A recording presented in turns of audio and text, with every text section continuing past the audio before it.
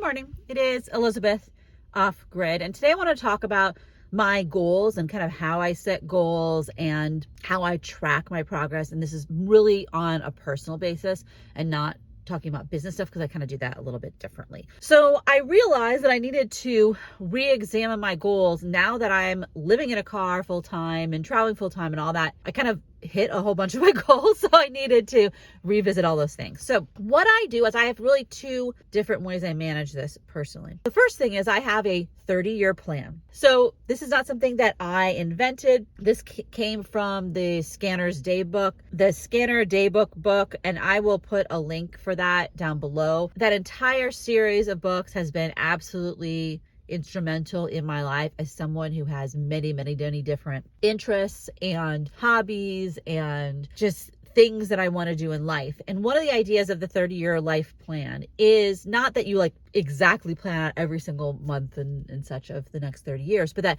if you have this giant list of bucket list items, things you want to do, you can't do them all at once today or this year in the next 2 or 3 years. So you kind of slot them out over the next 30 years to kind of give a sense of relief, so you don't have to do them all right now, and they're there, they're saved way out there. Now there actually will be a lot of things I decide to not do, and there's a whole bunch of things I've already deleted from my 30-year plan, but every year I add another year onto the end of it and I revisit this list. Right now in 2023, I'm recording this in August of 2023, I have things that are part of my kind of plan for the year, and these are all fairly realistic things.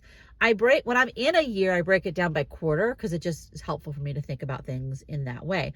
So a lot of things I've already done, like finish my build out. Some things I'm in the middle of, like reorganizing my 5x5 and cleaning up my 10x10 storage. There's some things that I have planned, such as taking up my trips to Yellowstone and all that kind of stuff. And then same thing for the fourth quarter. I have some travel plans there. I have goals for my businesses, etc. So when we get out farther than that, then things become a little bit more theoretical. So 2024, next year, where I turn 50, and I sometimes I put how old I am in parentheses because it helps me have a idea of when this is. I want to get new glasses. I actually ended up getting them now. So I put that's already done. I have a lot of different travel plans and projects and hobbies. 2025 is when I will have my credit cards and debt mostly paid off. And that's when I want to buy my next vehicle. And then when we go out really far, it starts to get kind of like theoretical. I want to learn old school film photography. I want to travel to Israel, learn Hebrew and travel to Israel. Like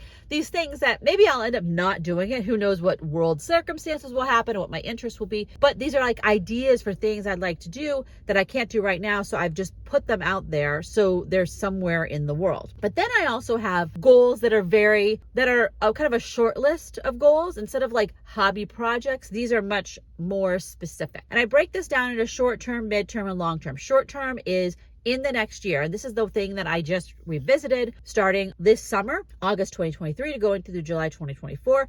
Then I have midterm goals that are 1 to 3 years out, things that I'm working towards. And then long-term goals that things are I'm actually actively working towards, but they're going to take a longer time. And the reason I break this out differently than my 30-year plan is because these are all things that I am actively working on right now. Maybe not every day, but every week probably. And I want to make sure that they're on my list, and also that I have realistic time frames. So I am working on building a tiny house on my rural land in the desert. Well, that's not something I'm doing this week. However, I am working towards that versus learning Hebrew and going to Israel. I'm not even starting on that. It is slated for very far out in the future. So I don't want to be looking at that every day. So what are my short-term goals right now?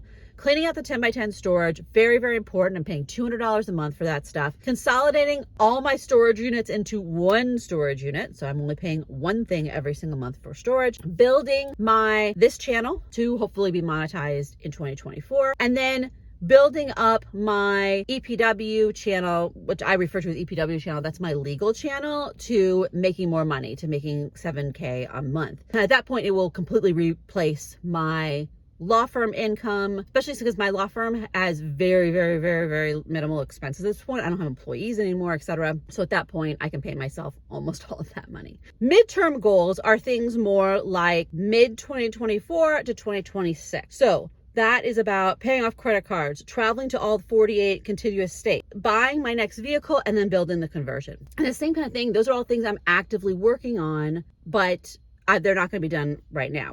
And then long-term goals, I actually am working on, I have half a degree in computer science, and I'm still working on data science, machine learning, AI kind of stuff. And I also will get all my debt paid off, build the tiny house, traveling to all the other places in the United States, Alaska, all the territories, all the parks that are not part of the 48. I've already gone to the parks in Hawaii. And also do some international travel, starting with Canada. Obviously, I can drive my vehicle there, and then going to Japan. I'm learning Japanese, and one of the reasons I'm learning Japanese is because I want to be able to go to Japan, and I want to be able to rent a camper van. Like, they have these teeny little camper vans that are the cutest thing I've ever seen, and drive around. I don't know if I'll end up actually doing it that way, especially the first time I go to Japan, but that's the idea. That's my like hope or dream. So I have gone back and forth about whether or not setting goals is a good idea, because I think it can create problems for someone. One of the big problems with goals is if you set goals that you can't do anything about. So one of those is building my YouTube channel business to 7K a month. There's only so much I can do about that, because I am dependent on YouTube and Patreon and all these things that are a bit out of my control. Now, I could always take on traditional law clients and I could make $7,000 this month.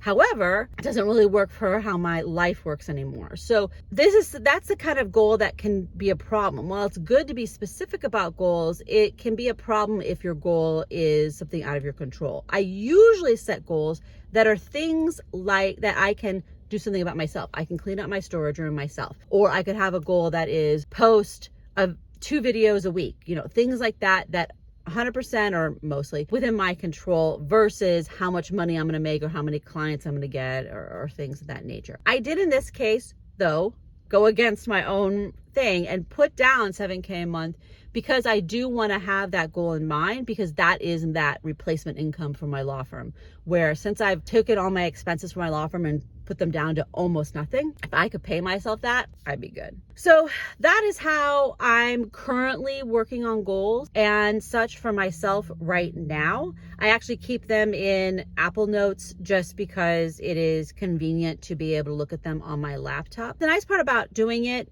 electronically instead of on paper is I change these all the time. Every few weeks, I will tweak these things. And so if they were on paper, they would feel kind of more permanent and less easy to change unless I wrote them in pencil, I guess. Well, again, this is Elizabeth Off Grid. You want to say hi? Leave a comment below. Like, subscribe. Talk to you later. Bye-bye.